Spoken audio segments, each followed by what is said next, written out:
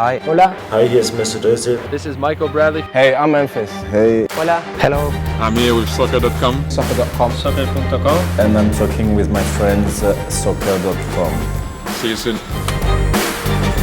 Hey guys, Josh from soccerreviewsforyou.com, bringing you my review plus on-feet video of the brand new Adidas X16.3 in the Mercury pack colorway. So here they are. This is the second takedown model in the new X16 lineup. At the very top, the two top-end models I should say, you have the X16 Plus Pure Chaos, that has a $300 retail. Below that, the X16.1, which retails for $200. Below that, the first takedown model, the X16.2, that one retails for $130. And then $50 below that, you have this guy right here, the X16.3, which retails for $80 US, which is not terribly expensive, but I think the quality definitely does reflect in the actual price tag of the shoe. Adidas second takedown models generally haven't been the greatest over the years, and while I don't think these are as bad as some of the stuff we've seen in years past, they're definitely not amazing either. So in today's video, we are going to go over all of the tech specs,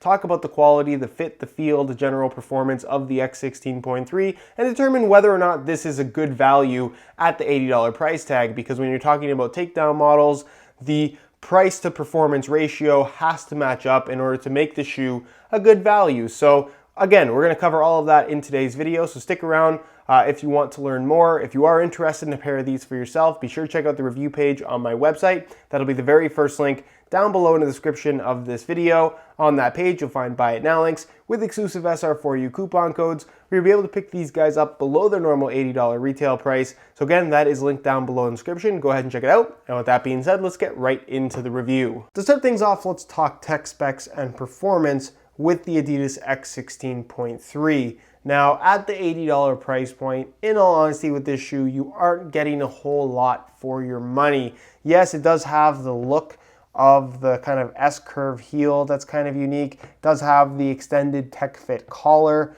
but other than that, there's really nothing about this shoe that is particularly premium at all, or really that compares to the models above it, aside from the stud pattern. So at $80, as I've said many times in my videos, always, always, always check for what is on sale. You can very often find an older, higher end, better quality shoe at the same price tag as the full retail price on a new takedown model. So again, is this the best option at $80?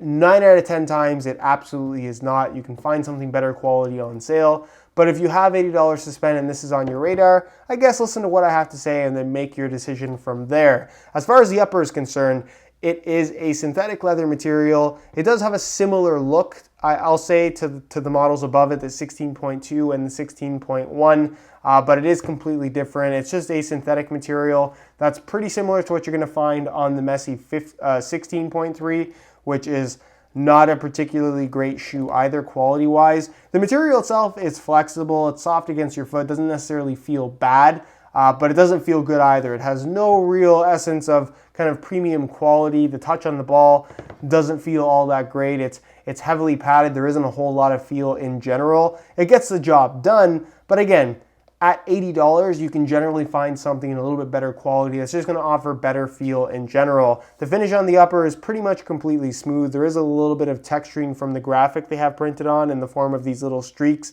but obviously it doesn't have the same embossed texturing that you're going to find on the models above it, which on those shoes even doesn't really impact performance all that much. Laces run through the middle, as you guys can see. The laces they include are absolutely terrible. There are these really thick, almost like rope style laces, which shouldn't be on a pair of soccer shoes, but they incorporate them on the lower end model for whatever reason. You do have the Tech Fit collar system, which basically is a low cut shoe with an extended collar piece at the very top. So it's not something that feels like a mid-cut shoe from Nike. It's just a low-cut shoe with a little extension piece made from a stretchy neoprene material. So it's not the same quality of material you will find, again, on the models above it. It does have the S-curve at the heel as well, internal plastic heel counter, which again doesn't really impact performance. It's just something that I guess looks kind of unique.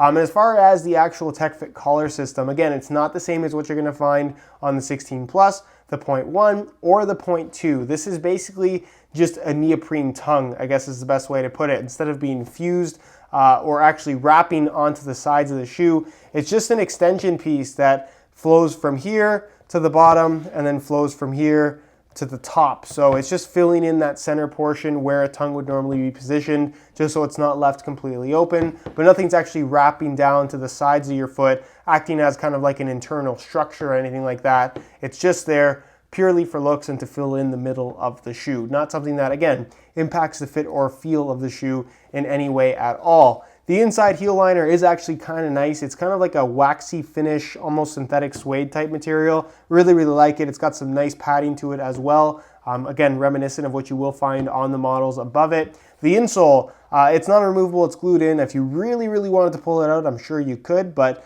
for the sake of this video, I'm not sure that it is entirely necessary. Pretty straightforward. It's a mesh liner on top, single layer of foam. Nothing too fancy. And then moving on to the sole plate and stud pattern, it does not have a sprint frame like you'll find on the 16.1 or 16 Plus, which does increase the weight of the shoe, something we'll see a little bit later in the video. And then you do get the FG-AG stud pattern as well. So it is suitable for use on firm natural grass as well as artificial grass, which is great because a lot of people play on both surfaces but only want to buy one pair of shoes. All the current Adidas models will do that for you, and the performance is pretty good. Although I will say this is definitely more of a firm ground stud pattern as opposed to a true AG stud pattern, at least in terms of how it feels. So that's pretty much it as far as tech specs with the X16.3. There isn't a whole heck of a lot to talk about. Aside from the S-curve to the heel and the actual heel liner, it's pretty much the only thing that you're going to get carrying over from the higher end models, aside from the stud pattern, which is consistent across the entire line. So at $80, I don't view this as a particularly great option. I think if you want a thin synthetic shoe at the $80 price point and you have to pay full retail, the Nike Mercurial Victory 6 is probably the better option. But again, at this price point, shop around, see what's on sale, because you can very, very often get a better quality shoe at the same price, and you don't have to settle for takedown models like this. As far as weight is concerned, I thought we'd compare the X16.3 to the X16.2 to see if there's any significant difference between the two. So I'm going to be weighing both shoes for you today in real time using the scale. Keep in mind they are both in brand new condition and both the exact same size 9 US. So this is a very fair comparison. We'll start off with the X16.2, throw it on the scale, and you can see that they weigh in at 10 ounces exactly, the equivalent of 283 grams. So not a particularly lightweight shoe at all, significantly heavier than the 16.1 or 16 Plus model for that matter.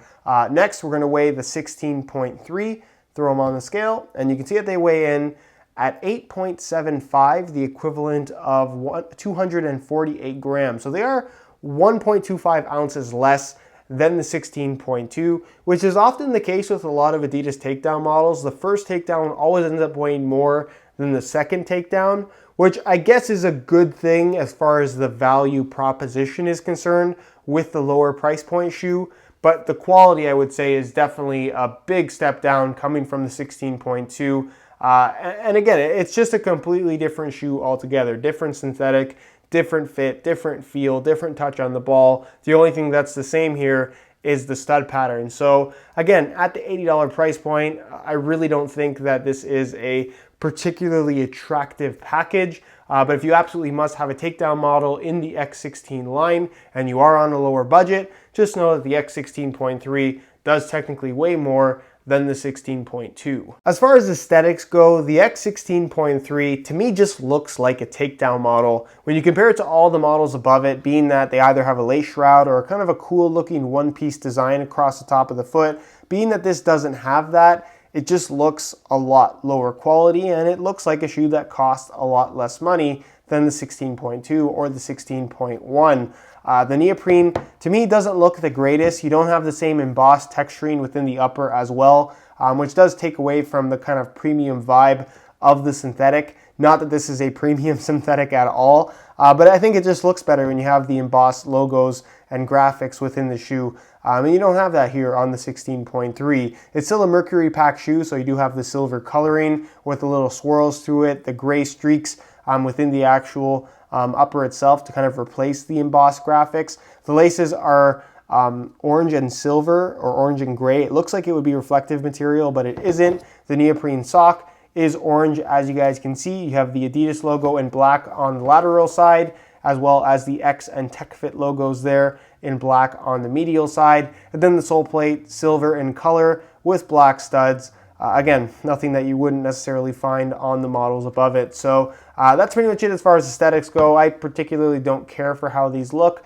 but let me know what you guys think down below in the comment section. Do you like them? Why or why not? And with that being said, let's move on to the on-feet portion of the video so we can get a better idea as to how these shoes fit and, of course, what the sizing is like. All right, so here is a look at the X16.3s on feet. On my left foot, I have the stock orange laces that come with the shoes. And on my right foot, I have a pair of metallic silver reflective SR4U replacement laces. If you're interested in a pair of replacement laces for yourself, the website to go to is www.sr4ulaces.com. Find a direct link to that website down below in the description of this video. Now, in terms of how these things fit and feel on feet, they don't really have the same feel as the rest of the line, mainly because the upper is a different material and it doesn't necessarily have that one-piece construction either. Instead, you have a more standard construction with a stretchy neoprene kind of piece running down the middle, acting as a tongue, and they still fit pretty well. The shape of the shoe isn't weird or anything like that, given that you get the right size. There's not a lot of extra dead space on the inside of the shoe. The material, while it does feel cheap, doesn't necessarily feel uncomfortable. It's got some softness to it, although ball feel is not the greatest. And the fit in the heel is fairly similar to what you're gonna find in the higher end models, which is not a bad thing at all. It fits quite well in general. As far as the overall width of the shoe is concerned, it does have some width to it. It's not an overly narrow shoe by any means, but it's not particularly wide either. If you have really, really wide feet, maybe not the best option, but I will say I think they will fit most people. And as far as sizing is concerned, I'm wearing my usual size 9 US here, and the fit and length is absolutely perfect. So if you are looking to order a pair of these for yourself, I would strongly recommend going true to size in order to achieve the best possible fit. All right, guys, that is it for my review of the Adidas X16.3. If you guys are interested in more info, be sure to check out the very first link down below in the description of this video. That'll take you to the review page on my website where you'll find the high quality images of this exact pair that I took myself. That'll give you a better idea as to how these actually do look in person. And of course, you'll also find buy it now links with exclusive SR4U coupon codes where you'll be able to pick these guys up below their normal $80 retail price. So again, if you're interested in a pair, first link down below, go ahead and check it out. If you have any questions at all regarding this shoe, leave them down below in the comments and I definitely will get an answer out to you. If you enjoyed today's video, found it helpful and informative, be sure to support it with a like. Subscribe if you haven't already for daily videos on all the latest and greatest soccer gear. You can find all my social media information linked in the description as well. And other than that, guys, hope you enjoyed today's video. And as always, thanks for watching.